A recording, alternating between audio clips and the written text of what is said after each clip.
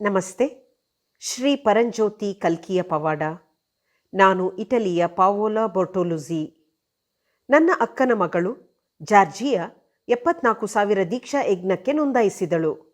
ಅವಳಿಗೊಂದು ಪವಾಡ ಸಂಭವಿಸಿತು. ಅವಳು ತನ್ನ ಬಾಯ್ ಫ್ರೆಂಡ್ ಮಾಟಿಯಾ ಮತ್ತು ತಂಗಿ ಸಿಲ್ವಿಯಾರೊಂದಿಗೆ ವಿಮಾನದಲ್ಲಿ ಪ್ರಯಾಣಿಸುತ್ತಿದ್ದಳು. ಪರ್ವತ ಶ್ರೇಣಿಯಲ್ಲಿ ಆ ವಿಮಾನ ಅಪಘಾತಕ್ಕೀಡಾಯಿತು. ಅಪಘಾತವು ತುಂಬ ಭಯಂಕರವಾಗಿತ್ತು. ಆದರೆ ಆ ಮೂವರು ಪರ್ವತ ಶ್ರೇಣಿಯಲ್ಲಿ ಅಪಘಾತಕ್ಕೀಡಾದರೂ ಬದುಕುಳಿದರು. ಜಾರ್ಜಿಯಾ ಪ್ಯಾಟ್ರಿಜಿಯಾರವರ ತಾಯಿಯವರು ಕೂಡ 74,000 ದೀಕ್ಷಾ ಯಜ್ಞದಲ್ಲಿ ಭಾಗವಹಿಸುತ್ತಿದ್ದರು.